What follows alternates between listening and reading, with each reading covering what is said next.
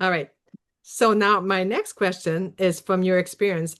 How did the rise of festivals change the way belly dance sh was shared and also experienced? Okay, I'm going to go back to the late 1990s.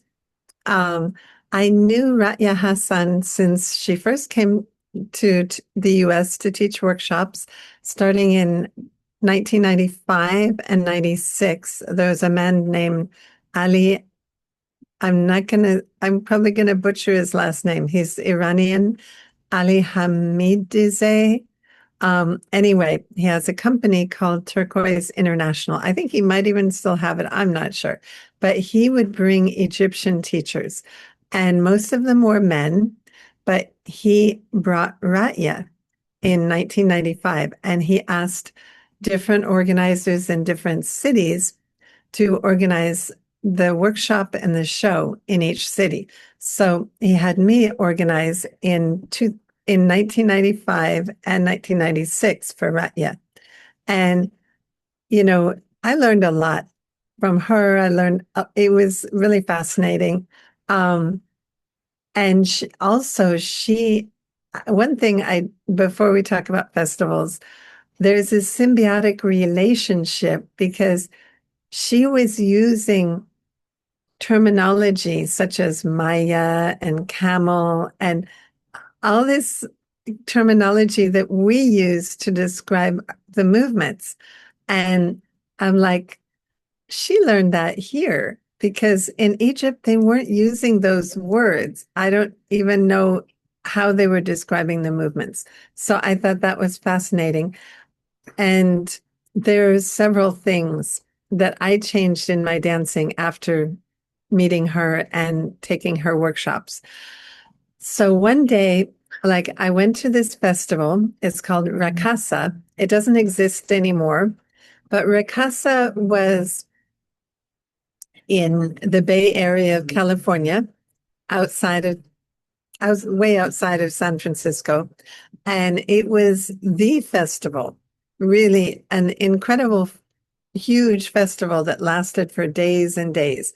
And there was a stage set up, and from morning to night, there was one dancer after another, and one group after another. And she was there. She had been teaching in San Francisco. So I'm assuming that was probably the 1996, but maybe it was 97. I don't know. Anyway, I was sitting with her and another dancer named Tina O'Neill and from San Francisco.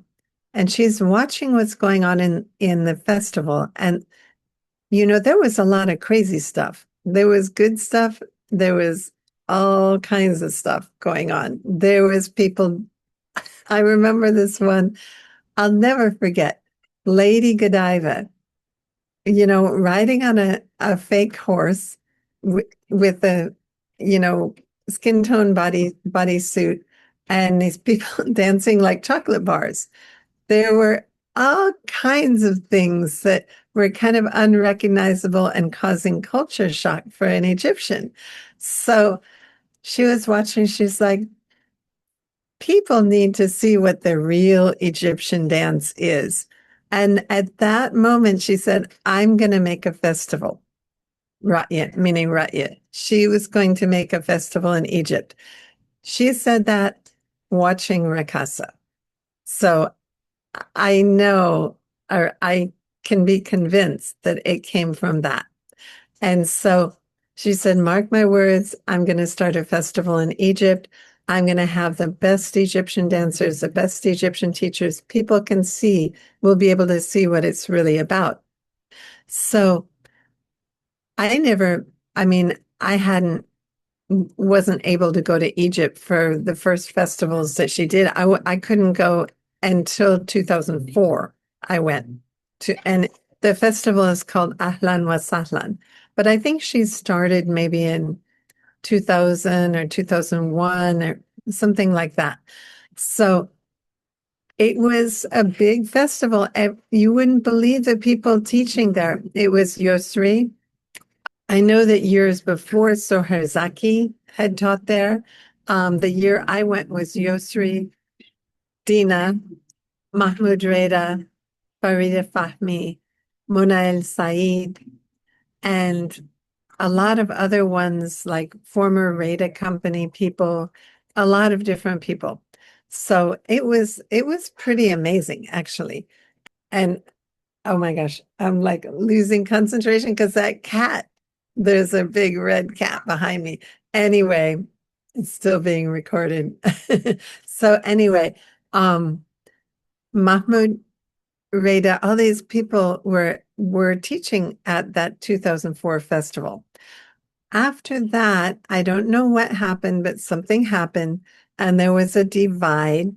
And so by 2005, the Nile Group started their festival basically at the same time as Ahlan Wasahlan, and with a lot of the people that had been in Ahlan Wasahlan.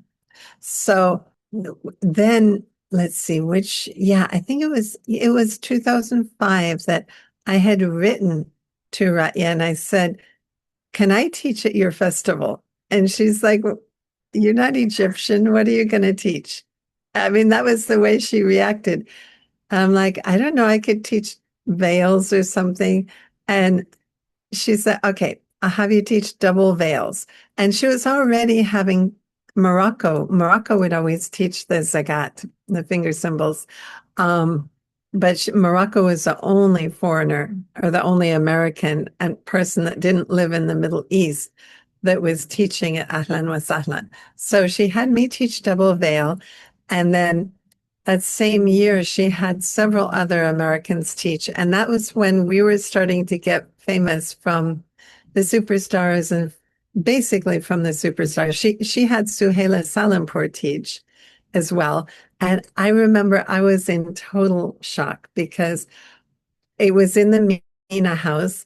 And the year before, like nobody knew who I was. I was just enjoying the festival. This time I'd walk out of my room and I walk down the stairs and people would come around, picture, picture, picture, Tamalyn, Tamalyn. No, they didn't. Yeah, they did say Tamalyn, Tamalyn, picture, picture, and Suhaila. And they'd all run over to Suhaila. And then it was like craziness. And I'm like, oh my gosh. So, and meanwhile, the Nile Group was having their festival not so far away. And then I did teach it at Ahlan Wasahlan the following year. And it was kind of a similar thing, the craziness.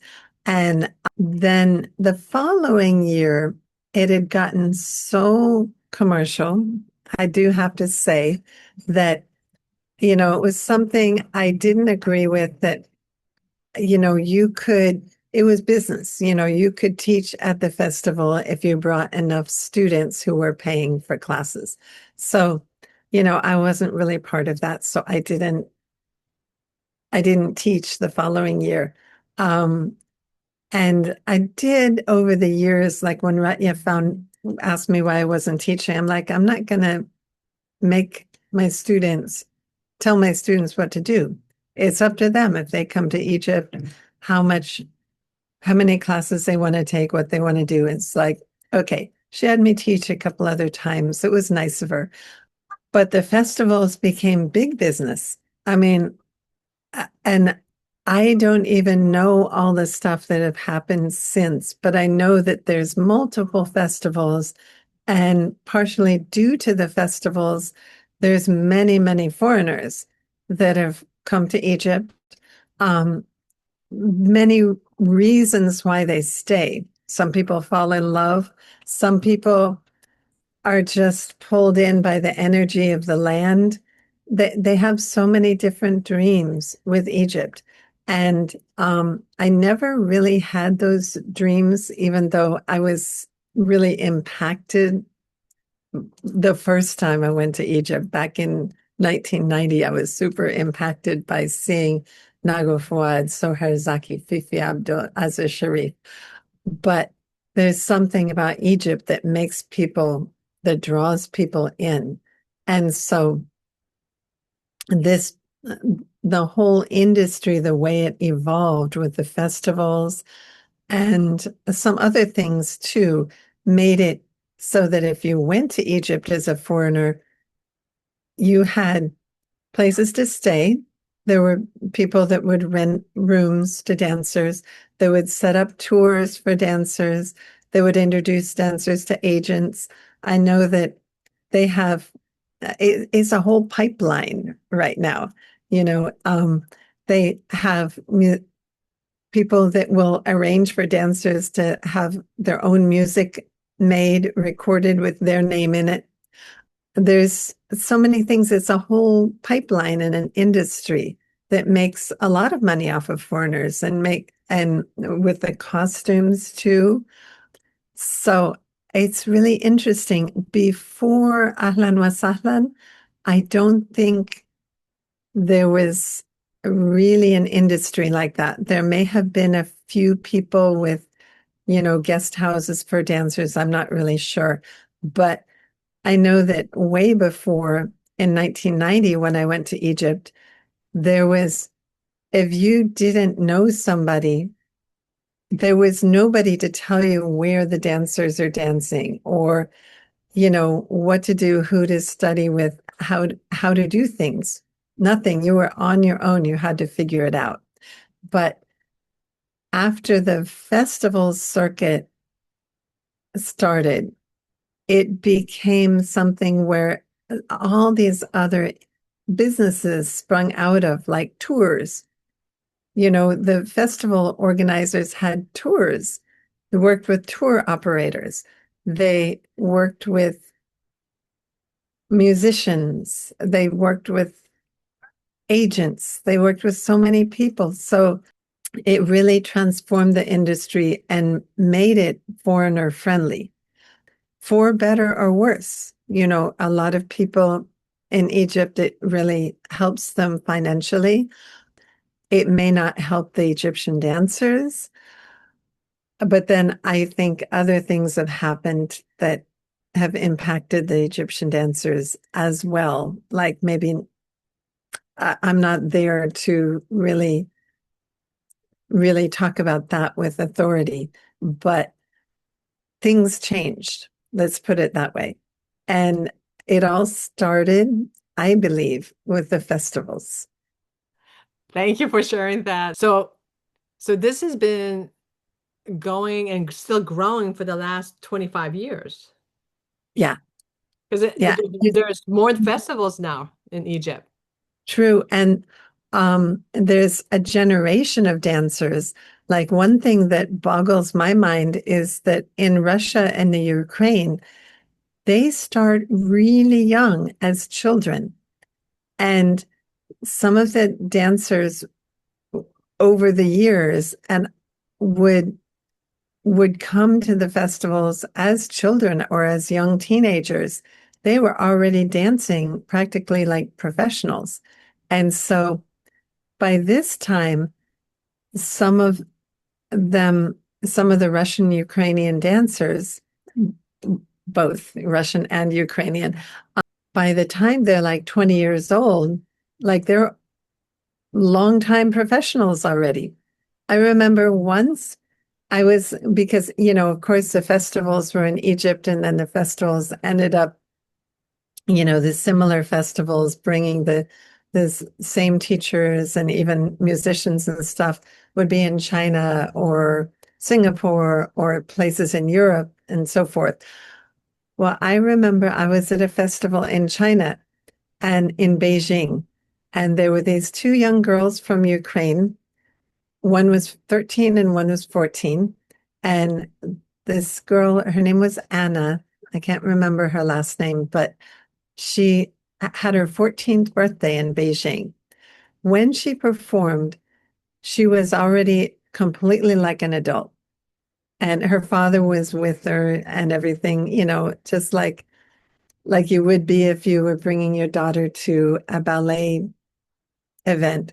But, very beautiful, sexy costume. She was just about to turn 14. Now she's a big star, and I see her all over Facebook, teaching workshops all over the world. And she must be that was 2007. So that was 9 years. So she must be like 23 now. And I mean, that's like creating super dancers. Yeah. And I'm not, Amazing. yeah, it's amazing.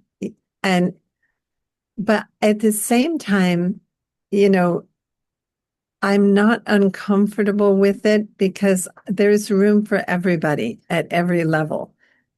Yes, they are creating some super dancers. It's like, you know, almost GMO dancers. They're like, how could anybody look that good? How could anybody dance that good? How could this be? And then oftentimes the person might say, well, is there room for me anymore? And there definitely is room for all of us. So the festivals are really are a place where you get known, and at the same time, it's very much an industry on its own. Yes.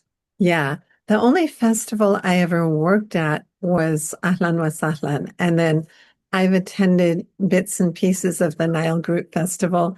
I haven't really been to the other ones, but I think there are huge networking opportunities and they're money makers for the people involved. And they actually, some of the festivals have a lot of Egyptian artists, but I can't speak with authority because I don't know what percentage are Egyptian and what percentage aren't.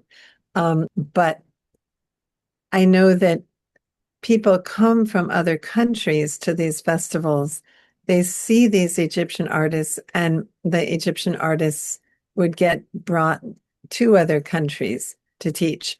And like, I don't even know how it is post COVID, but in China, when I was in China before COVID, it was like the place to teach belly dancing. There were so many workshops all the time, and they were they were mainly getting introduced to the Egyptian teachers by going over to the festivals. And I know that the festivals over time they became a lot more Eastern Europeans and Russians and Ukrainians as well. I, I'm sure things have evolved and changed a lot since I've been there. But it's fascinating. Things changed at a very fast pace. Well, thank you for sharing because you were right there at the beginning of Raqia Hassan's. Yeah, That's it's amazing. true. I mean, she was important all along, like she was in the rated company. I think she had an important role in the rated company, and she was working closely with Mona El Said and Dina, and she had a really good eye for movement and I coaching dancers. Hmm. That's great. Thank you so much. I'll see you in the next interview. See you then. Thank you.